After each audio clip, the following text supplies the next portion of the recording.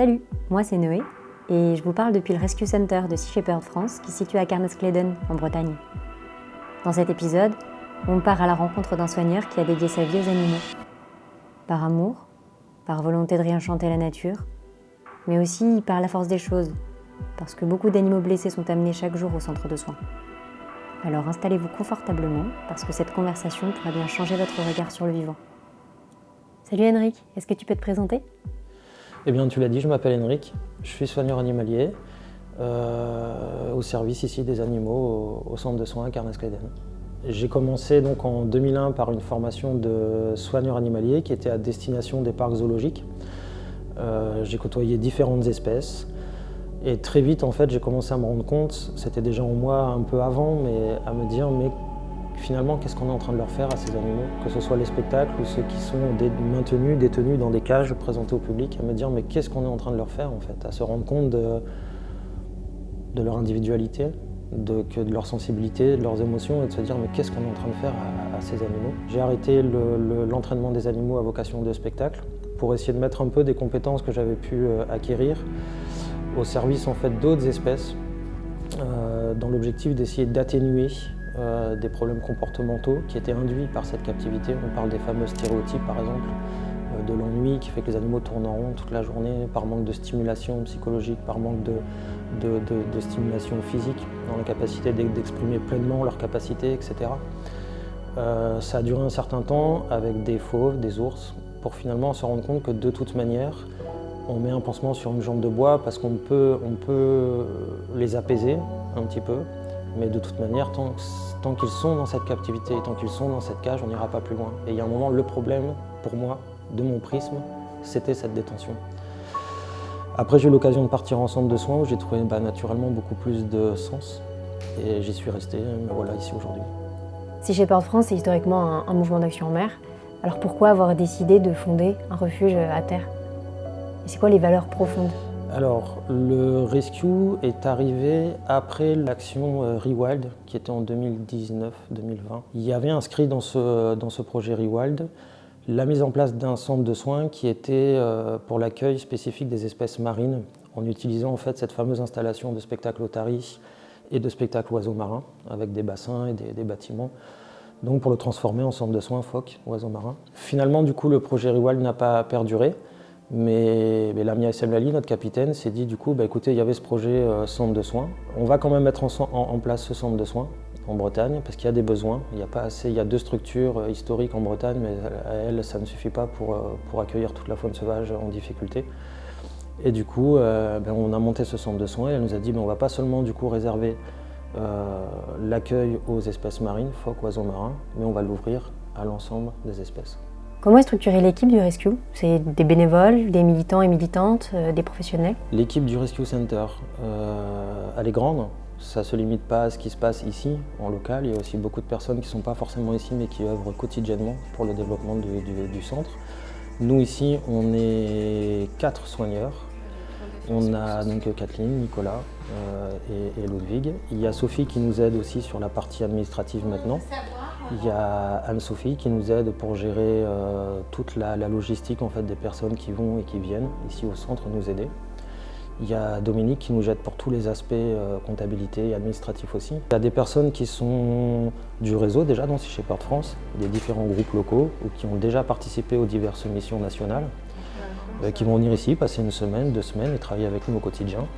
On a aussi des personnes qui ne sont pas forcément déjà connues de Sea Shepherd France, qui ne sont pas déjà dans le mouvement, mais qui habitent pas très loin du centre et qui décident tiens, ça m'intéresse, c'est bien ce que vous faites, je vais vous donner une journée, une demi-journée par semaine, tous les 2 semaines, ils viennent et ils sont inscrits avec nous dans la journée de travail.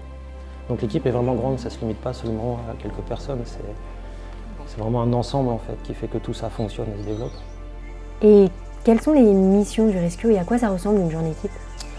La mission principale, c'est déjà la réhabilitation de la faune sauvage en difficulté, qui, pour diverses raisons, il y en a beaucoup, va être incapable de momentanément pourvoir à sa survie en fait. Ça, on arrive le matin, on fait déjà le tour des animaux, voir un peu si tout le monde va bien, et après, on débute la journée par des soins, les soins traditionnels en fait, des protocoles qui sont établis en fonction des espèces et de leur pathologie. Il y a un briefing tous les matins de manière assez classique pour qu'on organise la journée. Après, ça peut être des allers-retours chez le vétérinaire, ça peut être des courses aussi, des courses alimentaires, un peu de matériel, un peu de travaux. Après, c'est surtout dans l'organisation des journées, c'est surtout les animaux qui donnent le rythme, du coup. C'est parfois pour moi, assez difficile en fait, d'anticiper, de prévoir un planning, parce qu'on ne sait jamais si le téléphone sonne, il faut aller chercher telle ou telle espèce ou tel animal qui arrive, qui va nécessiter telle chose derrière, ça peut être vite perturbé en fait. Donc c'est surtout les animaux qui donnent le tempo, la quantité de pensionnaires qu'on a sur place, et les pathologies qui vont du coup organiser un peu tout ça, le planning de la semaine et comment les choses vont se passer. Quel type d'animaux on peut trouver au rescue?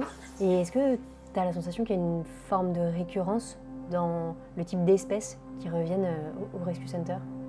Pour les animaux qu'on a au Rescue Center, on a sur nos autorisations administratives d'ouverture, on a fait la liste en fait, de l'ensemble des mammifères et des oiseaux de Bretagne.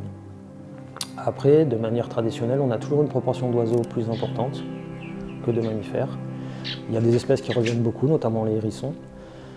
Quelques rapaces, buses, chouette-hulotte, chouette-effraie, pigeons, tourterelles, c'est des espèces qu'on a beaucoup.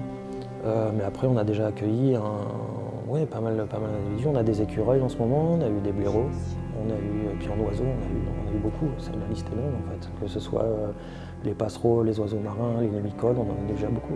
Une belle représentation de ce qu'on peut observer ici à l'état naturel. Et dans la relation qui se tisse entre soignantes, soignants et animaux, est-ce que tu peux observer des formes de langage, d'affection, d'émotion, voire même de reconnaissance? Vaste question. Pour moi, ça c'est une vaste question. Je pense que les choses se passent à un niveau plus subtil. En dehors de ce qu'on est habitué, nous, en tant qu'humains, par la parole, par le geste, par le toucher ou autre, plus de l'ordre de l'énergie, de la vibration, de la fréquence en fait, et du contact de ce qui va se passer avec l'animal. Ils n'ont pas la parole, ils ne peuvent pas nous expliquer ce qu'ils ont, où ils ont mal et comment ils se sentent vis-à-vis de nous. On peut le décoder par leur comportement. Habituellement, on sait qu'ils vont avoir un petit peu peur. Pour eux, on peut être un peu le prédateur, on peut être quelque chose. On est grand, on arrive sur eux, tu vois, il y a plein de choses qui vont se passer. Pour autant, comme on peut le remarquer quand on fréquente un chien, des chevaux, d'autres animaux avec lesquels on peut avoir plus de proximité qu'une buse, rien qu'à notre état intérieur, être calme en fait, rien que de respirer, se détendre, prendre les animaux avec cette détente et cette douceur, on passe quelque chose, on passe un message, je pense. Eux savent le décoder, je pense que les animaux sont beaucoup plus habitués à fonctionner à ces niveaux subtils que nous, humains, en fait, où on a perdu un peu ça. On l'a un peu perdu. Je ne sais pas si je résume bien les choses, mais pour moi, ça se passe à un niveau plus subtil, en fait. Qu'est-ce qu'on pourrait faire en amont, à l'échelle individuelle, pour éviter que les animaux se retrouvent ici au rescue? Et quel impact direct on peut avoir?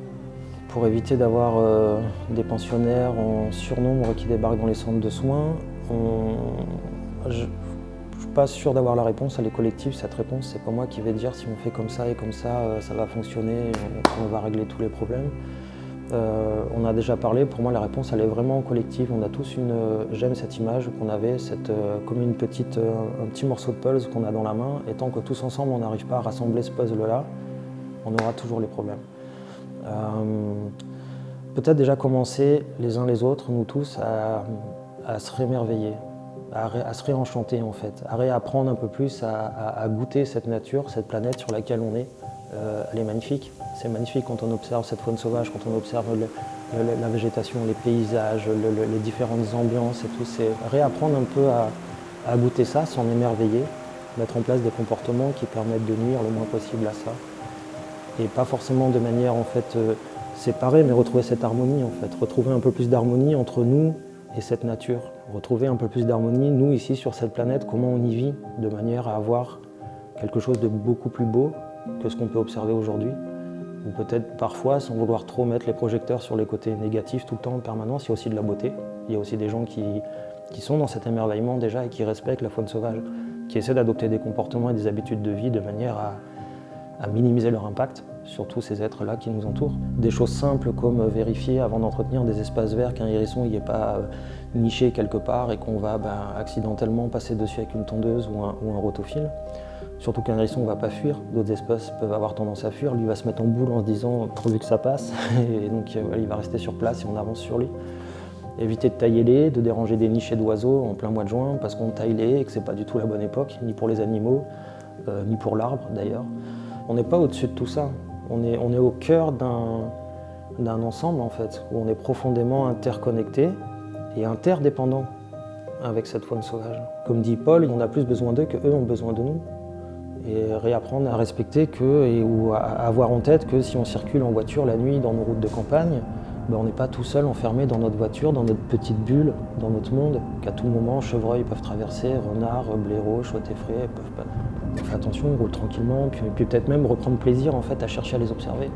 Et c'est plus joli de s'arrêter en pleine nuit, observer un chevreuil qui passe dans les phares et qui ralentit et qui traverse doucement la route et qui s'éloigne, c'est plus joli que de l'impacter sur son pare-choc. Pour être un peu brutal, mais c'est, tu vois. Donc moi, j'en reviens toujours à ce mot-là, c'est pour moi, je le vois comme ça, réapprendre à s'émerveiller, se réenchanter. Et selon toi, qu'est-ce qui fait qu'on a perdu ce lien? Peut-être notre façon de vivre, finalement. Aujourd'hui, on est connecté à tout en permanence, sauf peut-être à nous-mêmes, finalement. Et à force de toujours être connecté à tout un tas de choses et vivre dans le système tel qu'il est aujourd'hui, qu'il est ce qu'il est, je ne sais pas s'il est bien ou pas bien, mais il y a du bien, il y a du moins bien. Mais en tout cas, peut-être qu'il y a une certaine part de problème où l'humain se déconnecte de lui-même, se déconnecte de ce qu'il est vraiment. Qu'est-ce que les animaux t'ont appris dans ton rapport à toi-même, aux autres, à la nature par exemple? Ce sens du moment présent, où ils vivent dans le moment. Pour moi, ils sont vraiment ancrés dans le moment en permanence. Moi, si je vais essayer de le faire et de l'amener dans ma vie avec une certaine philosophie ou ce qu'on pourrait appeler une certaine spiritualité, on se rend compte que finalement, on est sans arrêt en train de faire des allers-retours. On peut des fois être ancré par diverses expériences dans le moment présent, par le sport par exemple, quelqu'un qui fait un sport extrême et d'un seul coup les pensées s'arrêtent et tu es ancré profondément dans ce qui est en train de se passer maintenant, tu vibres l'instant. Et c'est ça qui rend des fois un peu, qui peut être addict au sport extrême ou ceci ou cela, parce que d'un coup, la méditation, les étirements, le yoga, tout ce que tu veux, parce que d'un coup, tout s'arrête autour, le brouillard mental s'arrête et hop, tu reviens vraiment à ici et maintenant dans une espèce de calme en fait. J'ai l'impression que les animaux, eux, ils arrivent à y être en permanence en fait. Et pour eux, c'est naturel, c'est pas quelque chose qu'ils ont perdu. Est-ce que tu peux nous raconter 2 souvenirs? On nous appelle un matin pour un chevreuil qui a été percuté sur le bord de la route et qui visiblement y est depuis un moment, depuis longtemps. On se déplace, on y va tout de suite pour aller regarder ce qu'il avait. Et on finit par apprendre qu'il est là depuis au moins une bonne heure, un bon 2 heures, dans une route où il y a beaucoup de circulation. Le chevreuil est juste là, sur le bas-côté, il y avait un espace parking classique là, en gravillon.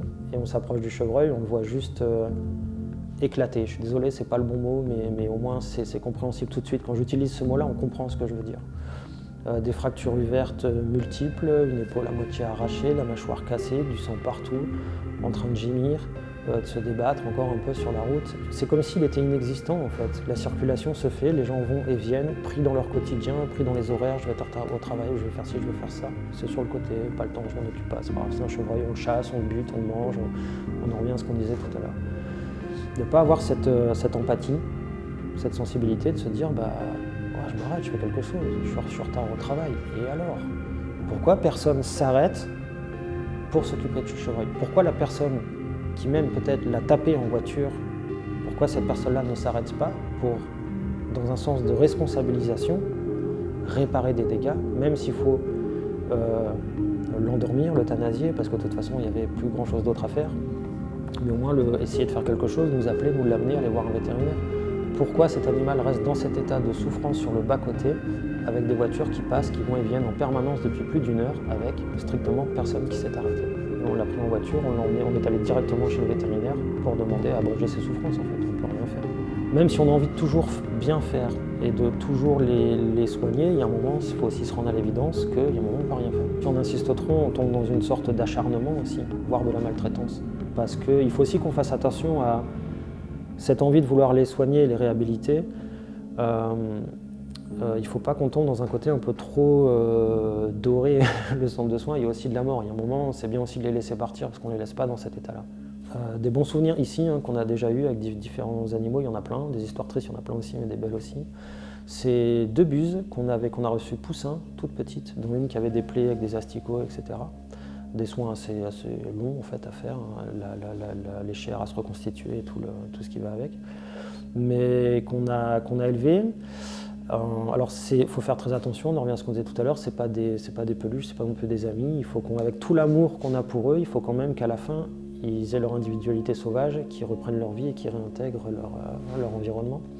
Mais des sacrés souvenirs en fait, où du moment où on les a élevés, on les a mis en volière, elles volent, on les relâche ce qu'on appelle au taquet, ça veut dire qu'on les relâche ici sur site, mais on va continuer à les surveiller et à leur mettre à manger le temps qu'elles apprennent à chasser. Elles n'ont pas été élevées par les parents, c'est nous qui les avons élevées. Donc elles apprennent à se débrouiller, donc on les a libérées.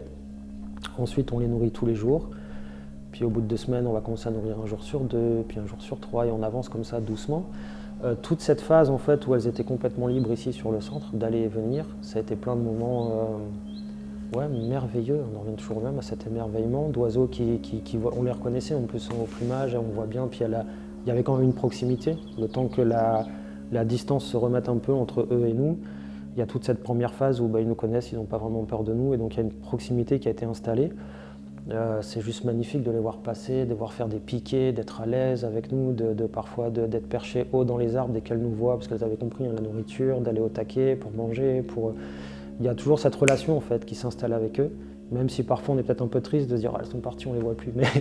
Et même pour la suite de l'histoire, c'était une femelle qu'on l'avait appelée Amy, parce qu'on aime bien leur donner des prénoms aussi. C'est pas pour les humaniser, mais c'est dans cet esprit de connexion en fait. C'est plus facile de les appeler par un prénom que par un numéro par exemple. Et Rock, qui était un petit mâle, on est persuadé, on l'a fait plusieurs fois par comparaison photo en fait, du plumage du plastron. Et on les appelle bus variables parce que le plumage a des formes en fait, multiples en fait, de couleurs et de répartition du blanc, du marron, du gris, etc. On a observé pendant plus d'1 an le mâle, en fait, le petit mâle à Rock qui était resté ici, pas loin, dans les plaines, en fait, juste au-dessus. Et par comparaison photo, on est sûr que c'était lui. Donc là, il y a vraiment cette magie, pour le coup, qu'il a opère en se disant on l'a élevé, on a réussi à le rendre indépendant de nous, à retrouver sa vie, et pendant plusieurs mois après, on arrive encore à l'observer. Donc si on l'observe pendant plusieurs mois, c'est qu'il a réussi à se nourrir, à chasser, qu'il a compris et qu'il a repris son... J'espère qu'aujourd'hui, il s'est reproduit et qu'il a continué la chaîne des buses, si on peut appeler ça. Ça, c'est un très beau souvenir, très beau souvenir. Bon, je me sens à ma place en fait, je n'ai pas besoin de plus, tu vois. Je vis, je me lève le matin, je viens ici, je m'occupe des animaux et tout va bien en fait. Le but c'est d'arriver à être de plus en plus performant dans nos protocoles, dans nos connaissances. Moi j'ai beau être ici celui qui a le certificat de capacité pour les animaux. J'ai pas la science infuse, je connais pas tout sur tous les animaux. On a des points forts, des points faibles, il y a des espèces sur lesquelles on doit travailler, s'améliorer, rentrer en relation avec d'autres soigneurs qui sont peut-être plus avancés, ont d'autres protocoles. Mais en tout cas, c'est l'objectif, ouais. Et toujours travailler, s'améliorer, pour essayer d'en soigner le plus possible. Qu'est-ce qu'on peut faire, qu'est-ce que les gens peuvent faire pour aider le Rescue Center et c'est quoi les besoins actuels? Observer peut-être, eux, dans leur propre vie, leurs propres habitudes, comment ils peuvent atténuer leur impact sur la faune sauvage. Parce que finalement, on a beaucoup d'espèces, c'est ça, hein, c'est l'impact de l'activité humaine, en fait. On se développe, on grignote. Qu'est-ce qu'ils peuvent mettre en place pour atténuer cet impact-là? Et ça, il suffit de suivre les réseaux, que ce soit nous, d'autres centres de soins, en fait, de toutes les informations qui peuvent circuler pour retrouver cette harmonie avec la faune sauvage et minimiser notre impact. Les personnes aussi qui habitent autour de nous peuvent venir nous aider s'ils veulent, nous donner un petit coup de main ici pour soigner tous ces pensionnaires. Il y a du soutien financier aussi, il ne faut pas oublier ça. On en revient toujours au même. On a beau vouloir faire toutes ces choses-là, ça coûte de l'argent de faire tout ça. Donc si des gens ont à cœur de vouloir nous soutenir financièrement, c'est bienvenu, forcément. Et puis après, j'en reviens toujours au même. S'émerveiller eux aussi de leur côté, en fait. Comment est-ce qu'on peut recréer une individualité des animaux dans la tête des gens? Comment est-ce qu'on peut changer la représentation pour ramener de l'empathie, faire comprendre qu'ils ont une culture, des émotions, qu'ils ressentent la souffrance, qu'ils ressentent l'amour. Et comment est-ce qu'on peut changer ça, selon toi, dans la tête des gens? Réobserver, peut-être reprendre une réflexion sur ces idées de biocentrisme, par exemple, de notre relation aux animaux, toutes ces catégories qu'on a fait entre ceux qui sont sauvages, ceux qui sont domestiques, ceux qui sont mangeables ou pas. Des fois, si on parle de ceux qui sont mangeables, par exemple, de se pencher un peu sur la question du cochon qu'on va acheter sous cellophane au supermarché du coin, d'observer un peu comment se documenter, regarder ce qui se passe vraiment dans les élevages. La souffrance qu'il y a là-dedans, c'est juste une horreur quand on regarde la vie d'un cochon, en fait. Donc c'est fermé, ça se voit pas, c'est caché en campagne, derrière les arbres, on voit pas ce qui se passe. Mais d'autres associations comme L214 l'a fait, mettre en lumière tout ça. J'arrive pas à comprendre en fait, quelqu'un qui a cette information-là, qui n'est pas touché par ça en fait, qu'il n'a pas quelque chose en lui où ça le touche profondément et de se dire mais mince, il y a un problème en fait. Et en achetant le jambon, je finance ça, je le cautionne en fait. Moi je me rappelle petit où on nous expliquait avec une mécanique scientifique, que je respecte, j'ai rien contre la science, mais une mécanique scientifique qui parfois pour moi est un peu froide, qui manque un peu de cette chaleur, de cette magie. Où les animaux, c'est comme s'ils suivaient des comportements réflexes innés, d'instinct de survie, de reproduction, d'alimentation, et basta. Non, ça, moi, je n'en démords plus. Enfin, je l'ai observé, je l'ai vécu, que ce soit avec ces otaries de spectacle ou avec les animaux qu'on a ici. Ils ont une individualité, ils ont un caractère propre, ils ont des émotions, ils ont des sensations, ils ont de la réflexion. La vie qui va se manifester dans le regard d'un humain est la même que celle qui va se manifester dans la vie d'un animal. C'est la même chose, c'est miroir, c'est la même graine de vie, de lumière, c'est la même chose. J'espère qu'un jour l'humain, la conscience collective, planétaire, va évoluer à ce niveau-là et qu'on pourra finir un jour, enfin, par regarder derrière et se dire mais qu'est-ce qu'on a fait? Quand on regarde on prend un renard qui élève ses petits ou le petit renardeau, il a le même besoin qu'un humain entre sa mère et le petit. C'est la même relation d'amour avec le grand A, de douceur, c'est la même chose. C'est sans doute un peu plus brutal, la vie sauvage est plus brutale que la vie humaine, qu'on a confortalisé. Je ne sais pas si ça se dit, mais on va l'inventer ce mot, tu vois, à l'extrême. Mais pour moi, c'est la même chose. Certains me trouveront extrémiste à dire ça, peu importe. Moi, je le vis ici au quotidien. En fait, on voit très bien dans un animal qui est pas bien, qui est malade, qui a mal, qui a froid, qui une fois qu'il a eu tout un tas de soins, qu'il a été réchauffé, réalimenté, on voit bien dans sa position, dans son regard, dans la façon de fermer ses yeux et se mettre sous la chaleur, qu'il y a un bien-être. Il y a quelque chose, tu vois, où il lâche un peu de cette souffrance, où il est en résistance, il est pas bien, ça va pas, et d'un coup, tu vois, et hop, il se pose et hop. J'aime bien parce que parfois il y a un peu de poésie dans tout ça et de beauté, j'aime bien. Toujours cette magie en fait que je vais chercher avec les animaux, mais on voit bien, si je prends l'exemple d'une buse posée sur le perchoir en volière, qu'après une longue phase de soins pour une fracture ouverte ou tout ce que tu veux, moi j'ai parfois la sensation de voir dans son regard quelque chose de comme un respect mutuel qui s'est installé. Pas chercher à se l'approprier cette buse, à la domestiquer, à en faire son copain, parce que c'est pas ça, justement elle a son individualité. Elle a sa propre vie à elle, mais il y a un moment où on peut se connecter, on peut avoir cet espace.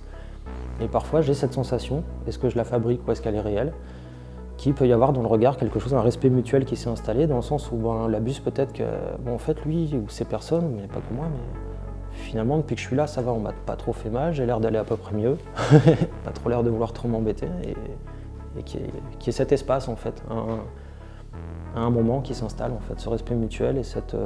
qui passe dans le regard, qui passe dans ce qu'on disait, qui est pour moi plus subtil, qui est à un autre niveau. Est-ce que tu as envie de rajouter quelque chose? Il y a quelque chose qui te tiendrait à cœur de dire? Ce qui me tiendrait à cœur de dire, que le Rescue Center aujourd'hui dans son développement, dans son cap, est absolument doit être absolument, et l'est j'espère en tout cas, dans la droite lignée des valeurs originelles du mouvement que Paul Watson, du capitaine, a fondé en 77 maintenant, depuis 77. Que peut-être ce centre de soins, finalement, il appartient à la faune sauvage, il appartient aux animaux qui en ont besoin. Il nous appartient, il appartient à personne. Il fait partie de ce mouvement.